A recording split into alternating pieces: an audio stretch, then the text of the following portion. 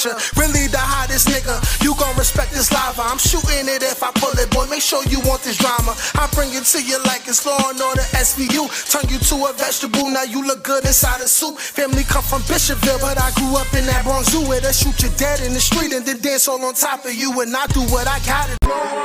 Started. Please don't get me started. Started.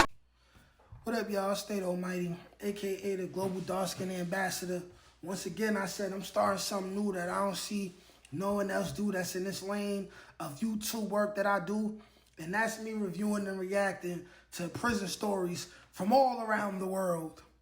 So right here, I got a channel that I kept coming across called Texas Prison Stories. And this is about a prison girlfriend named Coco, right? Who was, just a girlfriend. Go ahead, subscribe to Texas Prison Stories if you haven't already. Like I said, this is just me getting to understand what's going on in these other prisons across the country and all around the world. This is not to do any hating. This is not to, like I said, be a hater. Texas Prison Stories, if you decide that you want to look through my videos and do the same thing, feel free to do so. That's better than putting a copyright claim or having YouTube strike against me. But without further ado, here we go.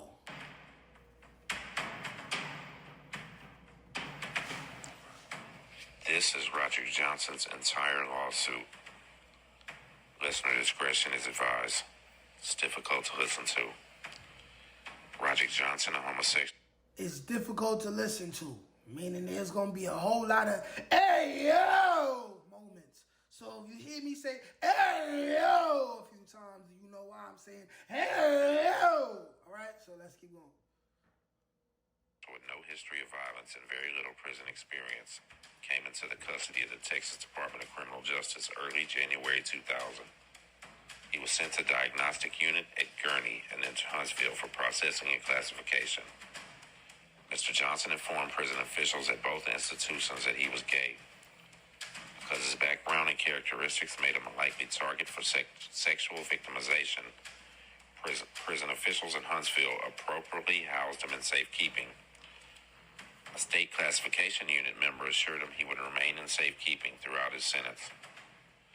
At All Red Unit, a unit classification committee, also known as UCC, consisting of 3 or more officials, makes decisions on whether inmates require safekeeping at their prison. The Texas Department of Criminal Justice defines safekeeping in its Safe Prisons program as a status that permits the unit/facility to house vulnerable individuals and other potential victims together, separate from more aggressive offenders. PC. He's talking about PC, y'all. Protective custody. That's what he's talking about. Safekeeping status is reserved for those offenders who require separate housing in the general population because of substantiated threats to their safety due to a potential for victimization, i.e. enemies in the general population, a history of homosexual behavior, or other similar reasons. Things like that, predators. Mr. Johnson met and meets the criteria for placement in safekeeping status. Defendants have known for years of the pervasive and substantial risk of sexual assault at All Red. They were also aware that Mr. Johnson was vulnerable to sexual victimization. Nevertheless, they failed to take reasonable measures to prevent him from being victimized. In September 2000, when Mr. Johnson arrived at All Red, a unit classification committee that included Major and other officials promptly explained to Mr. Johnson that we don't protect punks on this farm. At the initial classification hearing at All Red, the defendants placed Mr. Johnson in the general population on 8 building. Predatory inmates then raped Mr. Johnson almost immediately. Damn. These inmates gave Mr. Johnson the name Coco. Look at that. Look at that. They got on him. Soon as they realized that, he wasn't a straight man, they got on him. Even more hype to get on him immediately. And when I talk about prison, right, and I make videos talking about how dudes who repeatedly go to prison are likely people who like sleeping with men, and dudes who do extended bouts, extended stretches in prison, they're likely people who like to sleep with men and sleep with men often. He walked up in there like fresh piece of meat, and you know what they did? They penetrated. You know what I mean? So this is why I look at dudes funny who they repeatedly go to prison and do long stretches of time, right? And then they come home acting like they the biggest, baddest, toughest people in the world. I be like, it's no way you was in the max and you didn't sleep with a man. Like, you know what I'm saying? You're a moot man. Feel me? But let's keep going. Thereby designating him as an inmate available for sexual exploitation.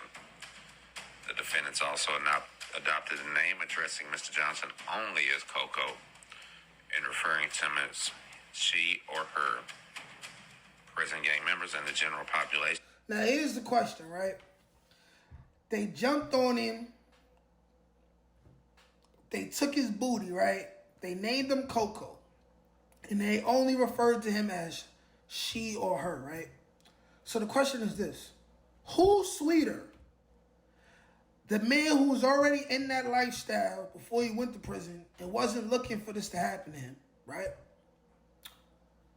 Or the men who do things like this and will still say, oh, I ain't sweet. I ain't a moot. Because I take it, I don't get took. But they willingly treat this man like a battered wife, right? Who's sweeter? That's the question you need to ask yourself. And soon asserted ownership of Mr. Johnson. The gangster Disciple gang was first to officially own him. In early 2000, a gangster disciple named Andrew Hernandez forced Mr. Johnson into a cell and raped him. Afterwards, other gang members congratulated Hernandez for his conquest of Mr. Johnson. Mr. Johnson informed Sergeant Willingham and Assistant Warden Mooneyham that he had been raped and that he feared for his life. He asked for medical attention. They refused, stating that immediate medical care was available only in cases of emergency. On information and belief. How is that not an emergency? His booty got forcibly taken away from him. When is that not an emergency? Outside of prison, that's an emergency. They did this man foul.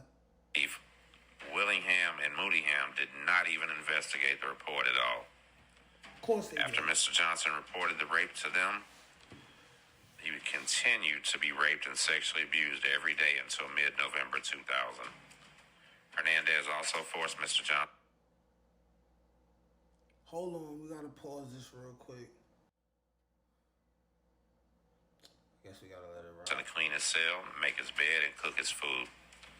Hernandez told Mr. Johnson that if he did not submit, Hernandez would have killed him. In mid-November 2000, Hernandez began sharing Mr. Johnson with his friends and forcing Mr. Johnson to perform sex acts on them. During this time, gang members badly... You know what that means. He was making, and we talking about the GDs, they was wilding. He shared his girlfriend with his other GD homies and was telling them like, yo, give my boy the neck right now. They probably running trains, all that. Foul. And them same niggas come home and act super duper duper tough. You not a gangster. You was taking booty.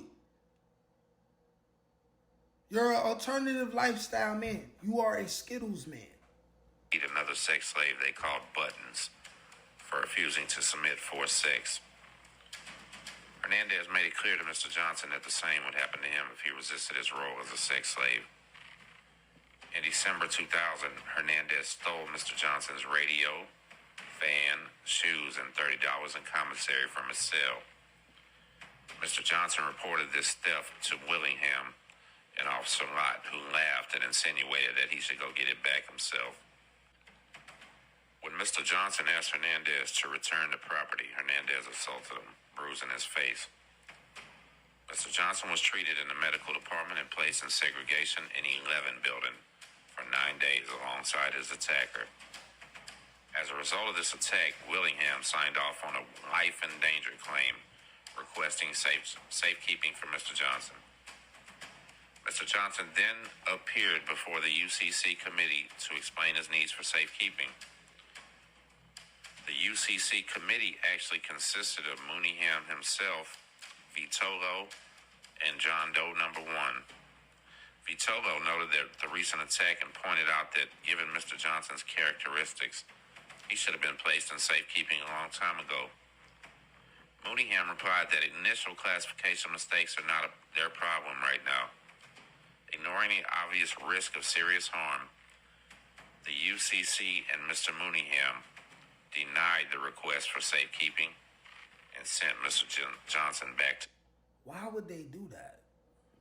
Why would you deny him going in the PC and the safekeeping when he's clearly been assaulted multiple times, robbed multiple times, forcibly having to do acts that he does not want to do with people who are abusing him? How is he like... I feel sorry for what this man had to go through, for real. General population.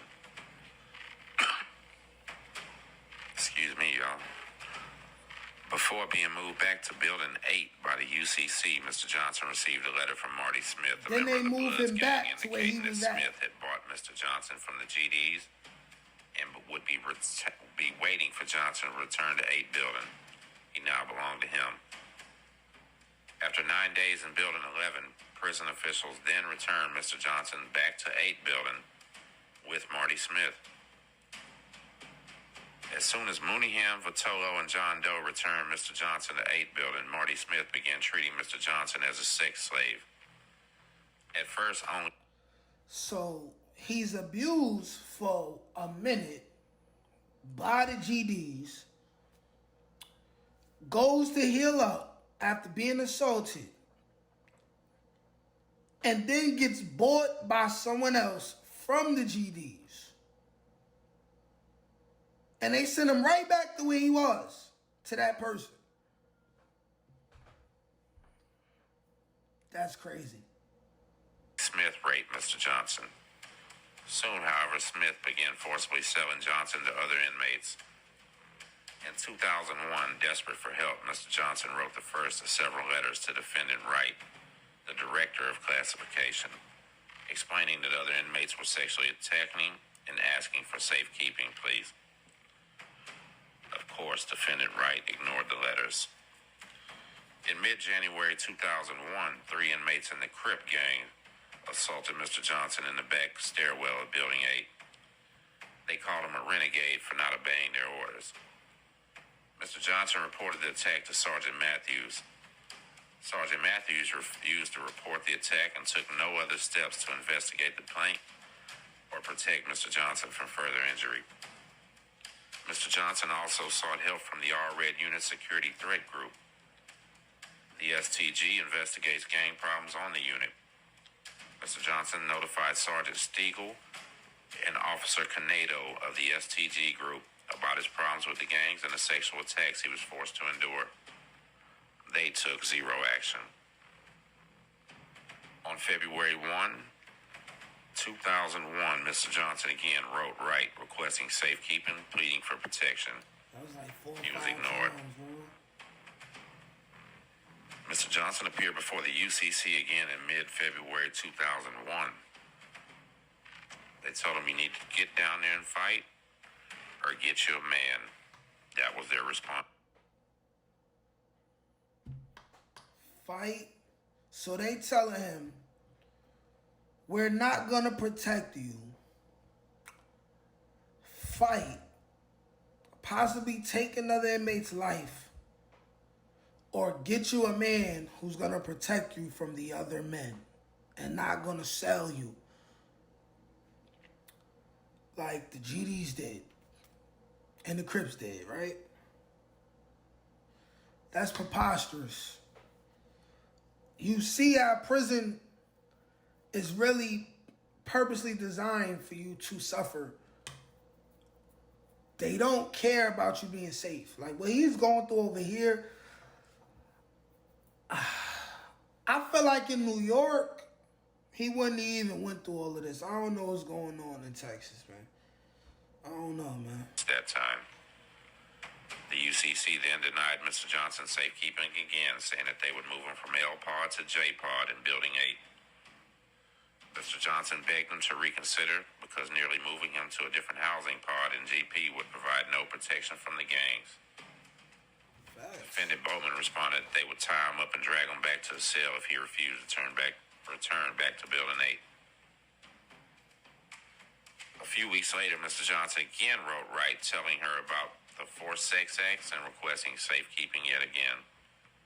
At this time, members of the Bloods, the Crips, and the Mexican Mafia were all sexually assaulting Mr. Johnson.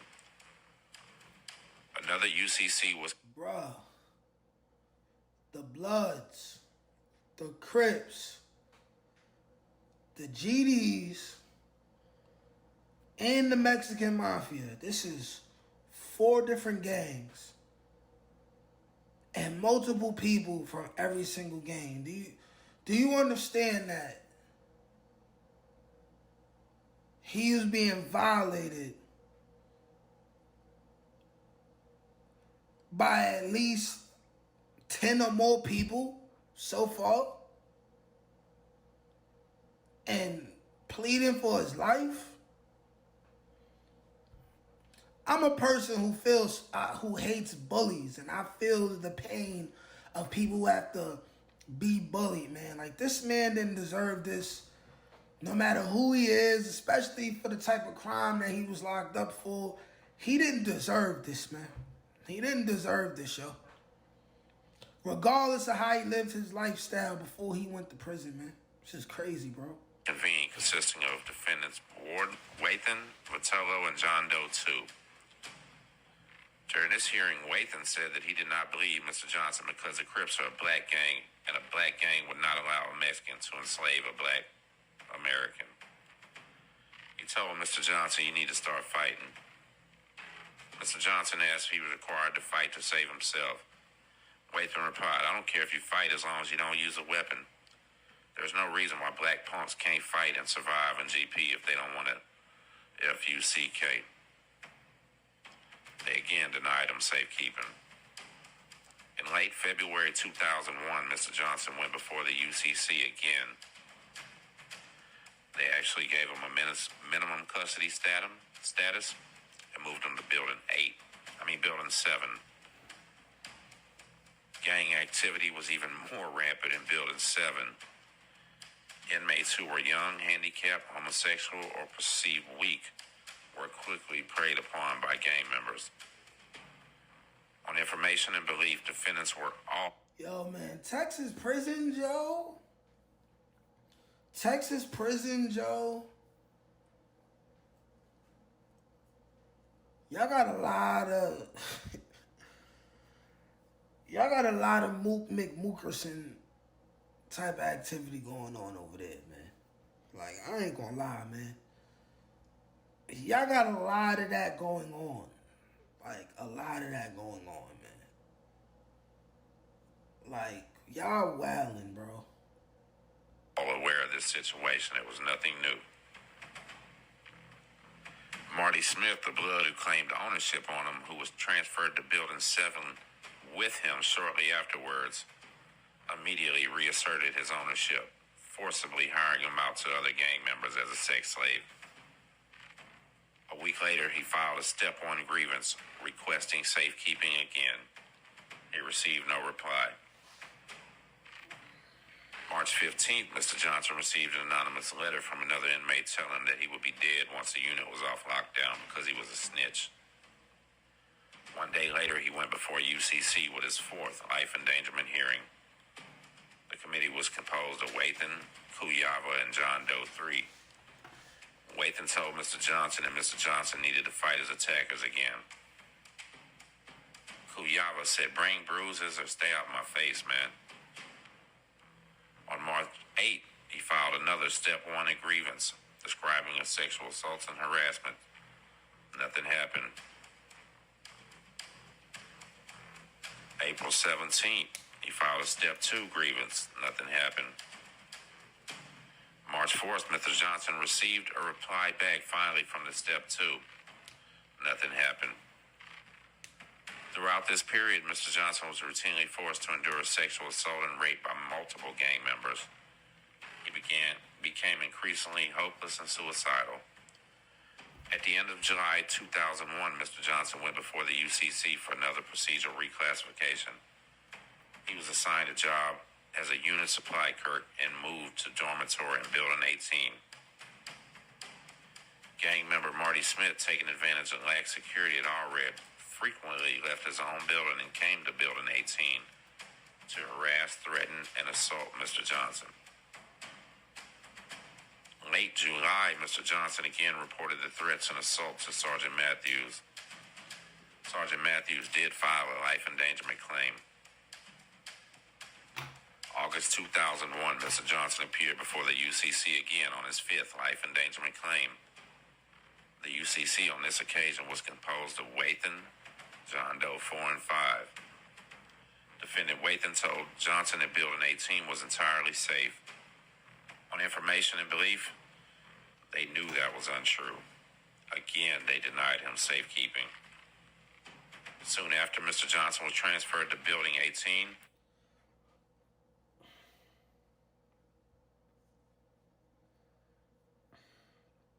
This is a lot, yo. This is a lot, man. All Texas officers in this, whatever jail this is, fuck you. Y'all deserve all the bad karma that you come across in your life for what y'all allowed this man to go through. Whether he lived an alternative lifestyle or not, he's still a brother. That's all I gotta say about that.